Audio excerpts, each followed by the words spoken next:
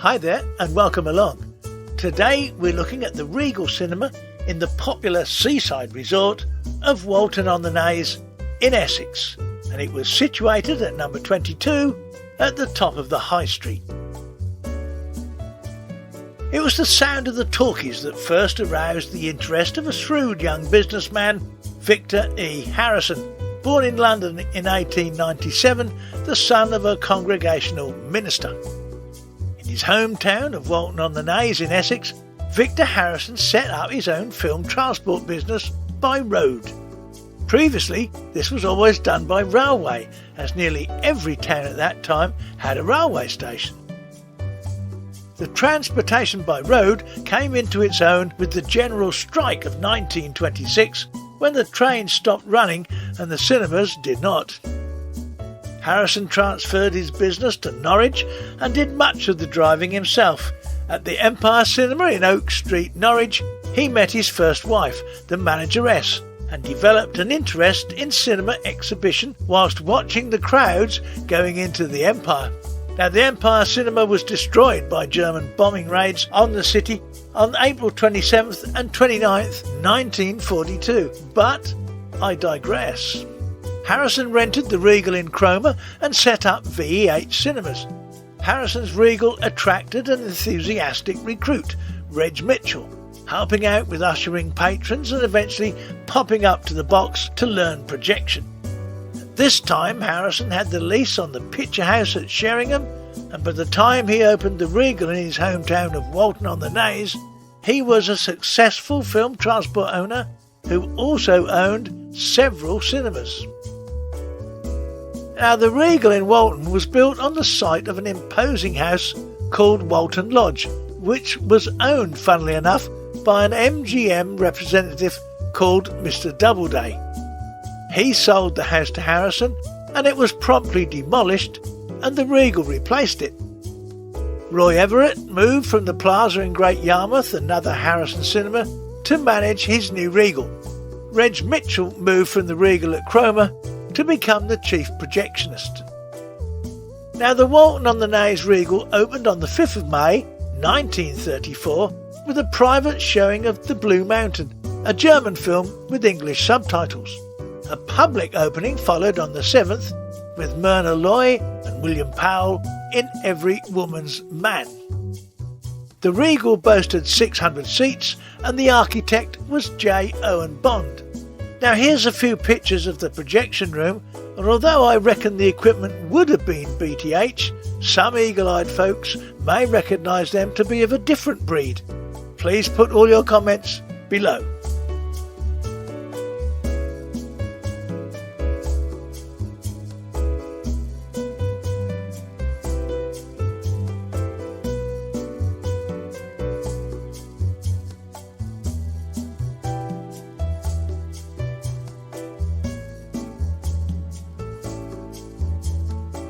Here's an image here of Alec Frost when he was first employed by the Regal Cinema as a page boy. He went on to be the chief projectionist and then manager when Reg Mitchell retired. He remained manager until the cinema closed, and here's a 1956 programme with his name on it. Two images here show Walton primary school children being led away from the cinema by teacher Miss Cole after seeing a newsreel about the death of George VI. Note the flag on the church at half-mast. The King died on the 6th of February 1952 and the screening was on the 8th. Also on the 8th of February, this picture shows the chairman of the council, Alf South, officially announcing the King's death from the top step with other councillors standing around him. Now, newsreels were shared with the other cinema in town called the Kino, and that sat on the seafront, and the projectionist at the Regal had to run the reels between the two. Now, the Regal at Walton on the Naze was not a great success. It had competition from the Kino, and Harrison eventually bought the Kino and opened it just during the summer months, sure that this would help the Regal. Here are a few pics from the Kino, and a look at a programme for the cinema, and note that the Albion Garage in the town is owned by Victor Harrison.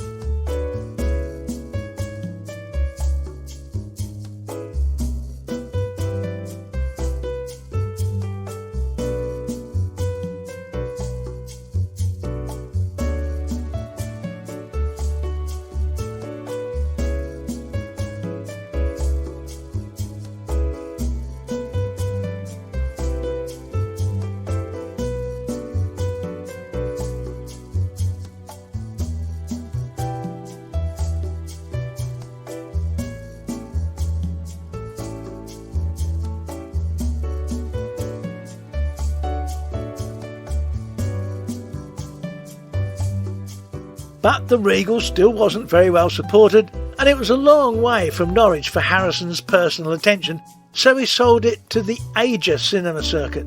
By 1940 it became part of the Lou Morris chain, and in the 50s it was taken over by Hudson Cinemas Limited. And here is a picture of one advert showing the building for sale, but we don't know who bought it at that time. There's no date on the advert. But its survival was not to be. Several owners had tried and failed. Whilst Walton was popular, very popular with holidaymakers, the cinema struggled.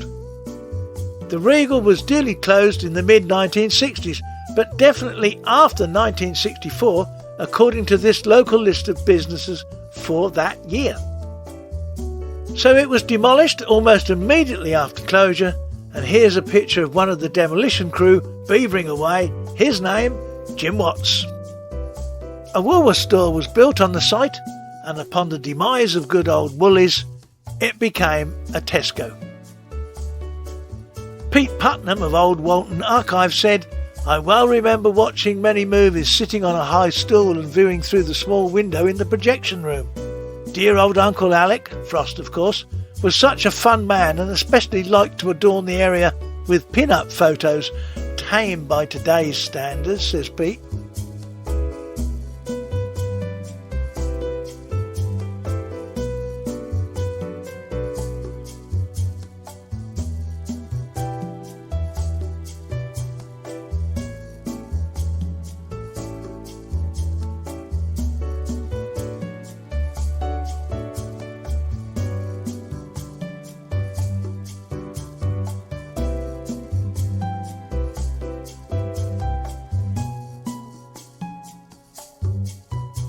Well, that's it for this one. Don't forget to like and subscribe and hit the notification bell to get informed when the new video is posted.